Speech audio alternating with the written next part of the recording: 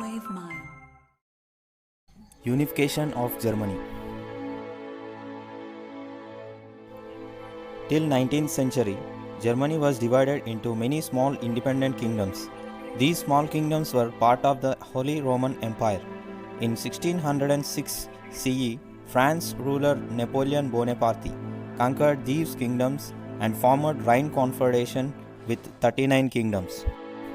By this Rhine Confederation, the first time these kingdoms were ruled under one crown. By this, German also got nationalistic ideas. After Vienna Congress, after the fall of Napoleon, revived the kingdoms as earlier. For free trade and economic cooperation in these kingdoms, a customs union was formed. The union named Gelloverein. The Gelloverein created a feeling of unity of Germans. This enrooted political unity and unification of Germany.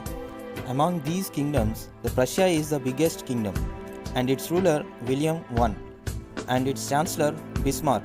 He followed a policy called blood and iron for unification of Germany, and he made every citizen to join in military service. This strengthened military power, and Bismarck isolated Austria, Holland, and France. Later, these three kingdoms were defeated by Bismarck. War with Denmark. The Bismarck started raising of nationalist feeling of Prussians with opening issue of Schleswig and Holstein with Denmark. These regions were situated in the north of Germany. The people of Germany wanted these two states to come within its fold, and Denmark were defeated by Prussia with the help of Austria. In the August 1865 CE, Austria was given control over Holstein and Prussia was given to the administrator of Schleswig. Austro-Prussian War. Bismarck now carefully and skillfully worked towards a war between Prussia and Austria. He wanted that Prussia should win in the war. He wanted Austria to be alone and without friends. He had already won Russia's friendship. At the same time, he was made with Napoleon of France and requested him for neutrality in the case of Prussian war with Austria. In return for this, Bismarck promised that France they would accept for the French expansion towards Rhine. He was also won Italian support to give Venetia to Italians in case of Prussian victory over Austria. When Austria brought Schleswig and Holstein question before the German Diet, Bismarck objected for the Austrian move and called it a breach of trust by Austria and moved Prussian forces into Holstein. With this, Austria got angry and the forces were sent against Prussia. A war broke out on 3rd July 1866 CE, and Austria was defeated in the hands of Prussia. Austria had to withdraw back, for Austrian troops of about 150,000 were sent to defend Venetia against Italians. Thus, with the army divided, Austria was defeated at Sadowa. Prussians marched towards Vienna, and Schleswig, Holstein, Hanover, Hesse Castle, and the parts of Hesse-Darmstadt and the city of Frankfurt were annexed by Prussia. Franco-Prussian War. The Napoleon III, the ruler of France, found his position weakened, and also he failed to take advantage of Austro-Prussian War. In order to save his face, Napoleon III began to demand compensation for his neutrality. In the Austro-Prussian War, Bismarck gave a vague promise to Napoleon III of his permission to expand towards Rhine. But Bismarck was not willing to offer any compensation to France.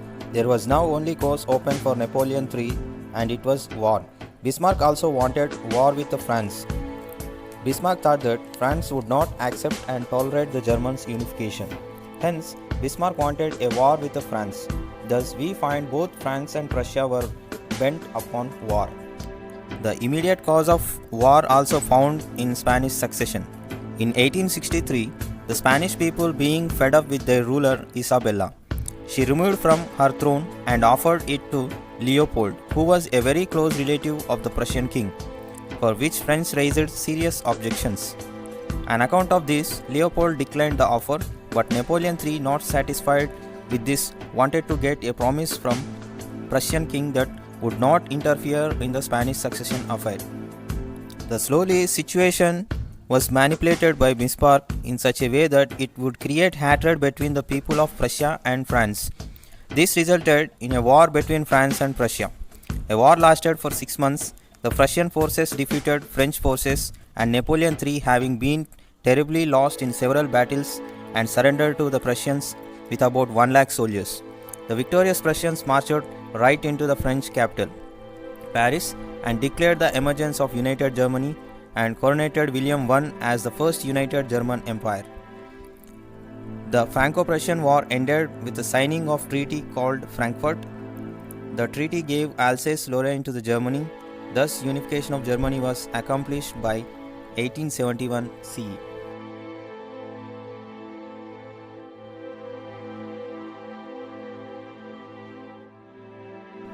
Unification of Italy. Like Germany, Italy also had a long history of being politically broken down into smaller parts. During the mid-19th century, Italy was divided into 7 states, of which only one, Sardinia Piedmont, was ruled by an Italian princely house, and the north was under the Austrian Habsburgs, and center was ruled by the Pope.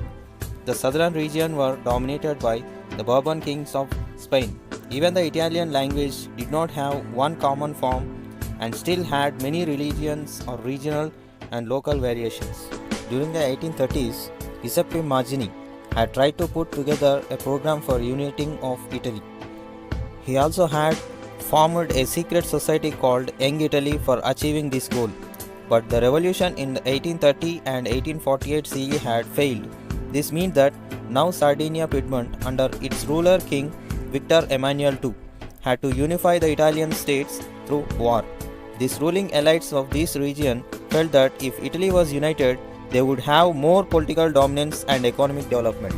The Sardinia Piedmont Prime Minister called Cavour, who led the movement to unify the regions of Italy, made a tactful diplomatic alliance with France that he had designed. With the result, Sardinia Piedmont succeeded in defeating the Austrian forces in 1859 CE. In 1860, apart from regular troops, a large number of armed volunteers called Red Shirts, under the leadership of Giuseppe Garibaldi, entered the South Italy and the kingdom of the Two Sicilies. They drove out the Spanish rulers with the help of and support of the local peasants. When France withdrew its troops from the Rome during the Franco-Prussian War in 1870, Victor Emmanuel II has occupied it and completed the unification of Italy. In 1871 CE, Victor Emmanuel II was proclaimed the King of United Italy. If you like the video, please subscribe my channel and share to your friends.